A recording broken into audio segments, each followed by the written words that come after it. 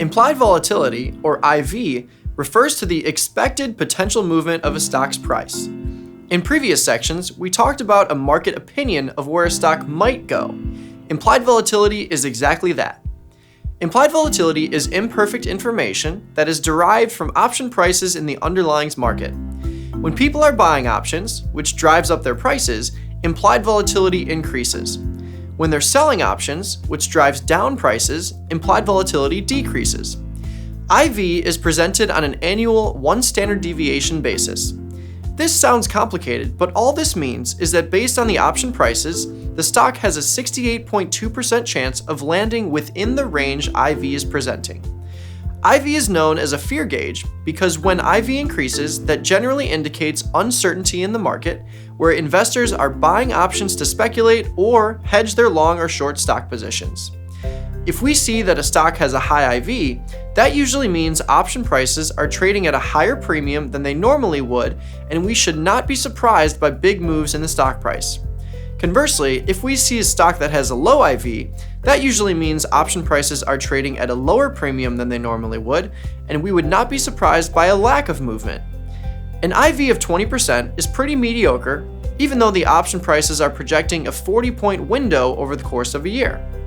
If XYZ stock is trading at $100 per share and has an implied volatility of 20%, the annual one standard deviation range is between $80 and $120. In other words, over the course of a year, the stock price has a 68.2% probability of being between $80 and $120. A standard deviation is a popular statistical metric used to put context around stock price movements and accounts for most of the occurrences, so IV is presented on a one standard deviation basis. The fact that this accounts for most, but not all occurrences, means that there is still a realm for error, which is why this is imperfect information. Regardless, it is still pretty darn accurate and helps us put expectations around potential stock price movements and whether options are trading at a relatively high or low premium. If you compare the options in this 20% IV market to a 40% IV market, they would be trading at a lower premium than the 40% IV environment, which would indicate a stock price movement between $60 and $140 in 1 year's time. Because there is even more uncertainty in this high IV environment, option prices must be more expensive. The higher the IV is, the more fear there is in the market that the underlying may have a huge move soon. Implied volatility is dynamic and changes frequently as option prices fluctuate. High IV stocks don't always move, and low IV stocks can have huge moves, so realize that IV is not guaranteed. IV simply puts context around what the market is expecting from the stock price within a certain time frame. High implied volatility is what we look for as option sellers. When IV is high, it indicates that option prices are high relative to the value of the stock. If we look at XYZ in two different scenarios, we can see how premium levels affect IV. In the previous examples, we compared a 20% IV to a 40% IV to show you the expected move for an underlying price. Looking at selling a put at $95, which obligates us to be put 100 shares of stock, we can see that the 40% IV environment offers double the credit compared to the 20% IV environment. Even though our expectation of potential movement is higher, we get paid for this implied volatility in extrinsic value premium. If my goal is to become long 100 shares of stock by selling a put, my break-even price is actually better in the high IV environment at 88 compared to 91.50 in the low IV environment, as the increase in premium collected lowers my risk to the downside. Additionally, my potential max profit doubles in the 40% IV environment compared to the 20% IV. The higher the IV is, the more premium I can get for the options that are close to the stock price. Let's look at a different scenario. Maybe my lucky number is 350 and I just want to collect $3.50 from a trade. When you compare the two environments and understand that the 40% IV has a much higher premium at the money, maybe I can slide my strike further out of the money to collect that same $3.50. Now my strike is at 90, my break even is at 86.50, and I have a lot more space to be successful. As you can see, there's plenty of flexibility in a high IV environment. Also, because IV is dynamic, we could see that 40% IV drop down to 20%, which would tell me that option prices have dropped dramatically. The benefit here is that I've already locked in the 90 strike put, and if we get a contraction in implied volatility, that could reduce my strike's price pretty dramatically. I might be able to get out of the trade for a nice profit in a few days if this happens, which opens up a whole new world of opportunity. We don't always have to wait for stocks to move in our favor or for time to pass when trading implied volatility. In any case, we'd much rather sell premium at 40% IV and see it drop to 20% than sell at 20% and see it rise to 40%, which is why we sell options in high implied volatility environments. History shows that when we see a big spike in IV, we tend to see a contraction at some point in the future, which benefits the seller. Another reason we prefer to sell premium rather than buy it is because our research shows that option prices tend to be overstated. We backtested a large number of occurrences and found that more often than not, implied volatility overstated realized volatility. What does this mean exactly? Essentially, options were too expensive relative to the actual moves underlyings made, and this benefited the seller in the long run. Many opponents of selling premium say that trading options is a zero-sum game, meaning we should break even over the long run. That assumes the option pricing model is perfect, or in other words, implied volatility is equal to realized volatility, which is not typically the case based on our research. Let's review. Implied volatility is simply the expected move of an underlying's price over the course of a year. It is presented on a one standard deviation basis, which accounts for 68.2% of occurrences. Because this doesn't account for all occurrences, it's imperfect information, and we should account for this in our decision-making process. At the same time, implied volatility tends to be pretty predictable, as it often rises from its lows and falls from its highs.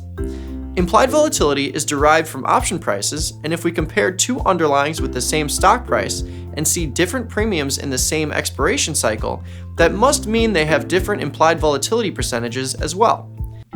Volume, open interest, and the bid-ask spread are the three main components of liquidity.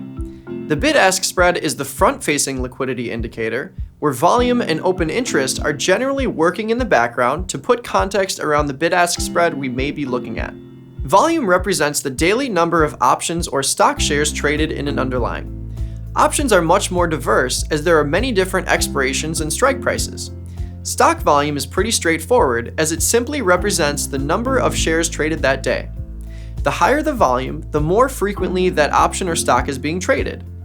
Volume accounts for opening and closing transactions and is really just a way to put context around the activity that has already happened in that option or stock for the day. The more an option or stock is being traded, the more buyers and sellers there are, which usually results in tighter bid-ask spreads. The more activity there is, the more we can assume that there is an agreement on a fair price, which is what we're looking for. Let's take a look at this example. Brad sells 2 puts to Sarah, so volume would increase by 2. Regardless of whether you look at the transaction from Brad or Sarah's perspective, or whether these were opening or closing trades, this fact is clear. A transaction took place for 2 separate contracts, so volume would increase by 2 on this strike and expiration. The more this happens, the more buyers and sellers there are, meaning I may have an easier time getting in and out of trades quickly. This activity pushes the bid-ask spread together, which means I could easily get a fair price as well. Open interest is the number of contracts that are outstanding at a given strike price and expiration. This is a forward-looking metric as it shows me the number of contracts outstanding rather than the number of contracts traded. This is what differentiates open interest from volume. Another differentiator is that open interest doesn't apply to stock, as there is no expiration date and therefore no open transaction with stock trades. You're either long or short stock or you're not. Just like volume, high open interest numbers can indicate a high level of market participation, which means the bid-ask spread could be narrow. Open interest can be an indicator that I can get in and out of that strike easily, as there are a lot of open contracts available. In this example, Matt sells a put to Joe. If this is an opening trade for both parties, open interest would increase by 1 for the strike, as there would now be an open contract. If this was a closing trade for both parties, open interest would decrease by 1, as the open contract would then be closed and no longer pending.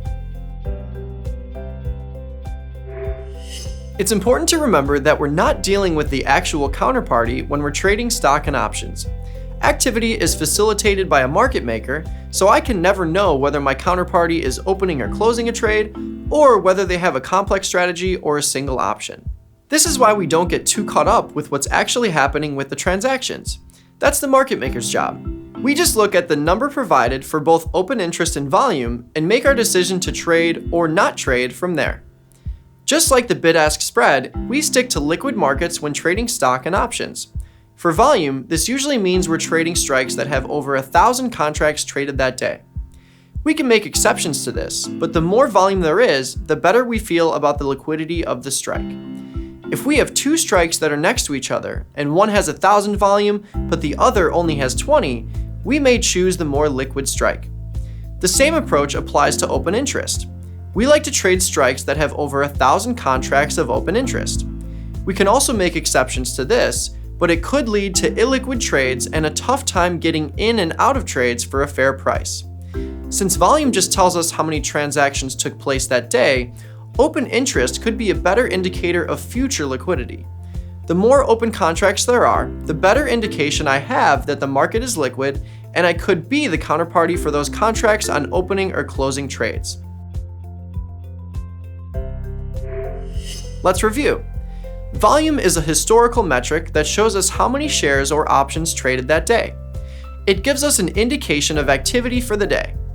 Open interest is an option metric that shows us how many open or pending contracts there are, and more open contracts could lead to a better chance at getting in and out of trades easily.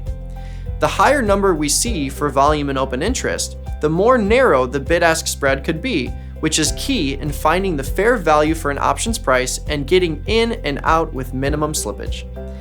Implied volatility rank and implied volatility percentile are metrics that we use to put context around implied volatility. They're important metrics to look at because they allow us to see how the current option market premium we see fares against previous periods in time. Just looking at the IV percentage isn't good enough because there are underlyings that have perpetually high IV and perpetually low IV. Without context, we might think an underlying has super high IV when really it could be at its IV lows of the year. Imagine going on vacation to a nice sandy beach somewhere. Throughout the year, the tide will rise and fall. If you just look at the beach for one day, you can't put any context around the tide level. It could be high or it could be low, but you can't compare it to anything else, so it just seems normal to you. Now imagine you've been there for a week, a month, a year. You can easily tell whether the tide is high or low now because you have data points to compare the current tide to. That's exactly what we're doing with IV rank and IV percentile. We're comparing the current IV percentage to the past year to determine whether the current IV is low or high, relatively speaking. Let's dig into IV rank first. IV rank is a very simple equation. The result puts the current IV on a scale between 0 and 100. The scale is set with the low IV percentage for the year at 0 and the high IV percentage for the year at 100. We find the rank of our present day IV by subtracting the 52-week low from the current IV and then weighing that against the IV range the underlying has seen over the course of the year. If the current IV is lower than the annual IV low, we know that IV rank must be 0 right now, as the current IV is setting the new low. In this image, we've got 3 different implied volatility charts, which gives us 3 different IV rank ranges. Take a look at the first example at the top. If the annual IV low is 20% and the annual IV high is 30%, 20% or below would be an IV rank of 0. 30% or above would be an IV rank of 100. In these cases, the current IV would set the new high or low for the range. This is one reason we need to take every spike or dip in IV into consideration. One big spike can change the entire range and gives us less context around practical IV rank. If our current IV is 25%, we know the IV rank is 50, as that is right in the middle of the annual range, and if we walk through the previous calculation, we can see that. If we look at the second example, an IV rank of 0 would be 30%, and an IV rank of 100 would be 150%. If our current IV was 90%, we would be right in the middle of the range again for an IV rank of 50. This range is very wide and tells me that option prices are fluctuating drastically in this market. The final example could be the most interesting and misleading at the same time. Because the range is so narrow, where 7% IV is a rank of 0 and 10% IV is a rank of 100, a very small change in the IV percentage would mean a very big change in IV rank. At the same time, an IV percentage of 10 is extremely low and won't offer much premium for option sellers. It's important to realize that an IV rank, or IV percentile for that matter, might be 100, which could look appealing at first, but it's crucial that we check the actual implied volatility percentage as well to ensure that we have a full picture before placing a trade. Now that you've got a grasp on IV rank, let's talk about the similarities and differences that IV percentile has to offer. IV percentile is a more complex calculation because it doesn't just look at the low and high IV range for the year. This calculation measures how many days IV has been under the current IV relative to the total number of trading days in a year.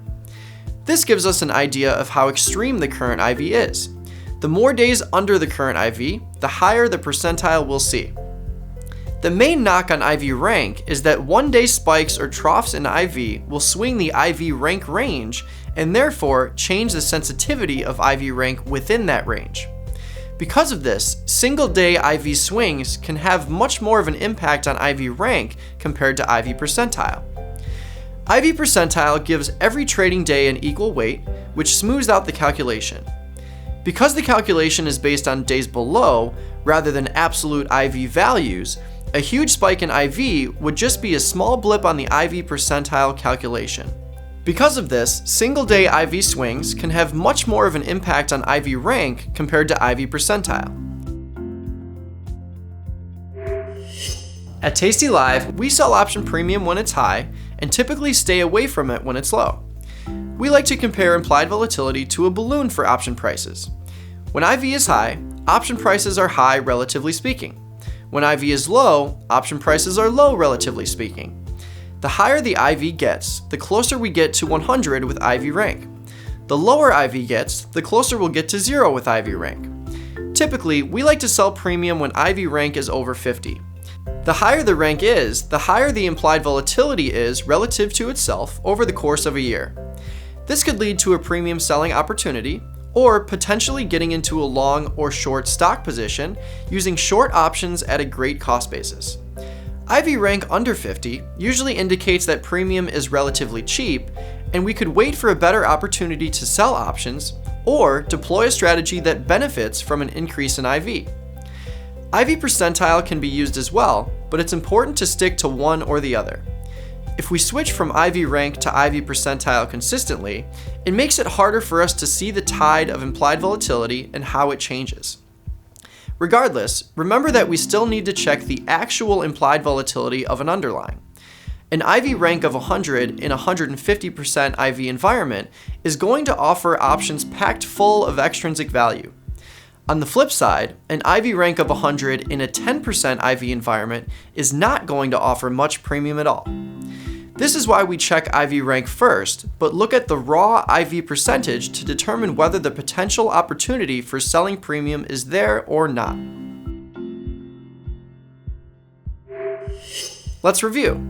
IV rank and IV percentile both measure the current implied volatility against its historical range.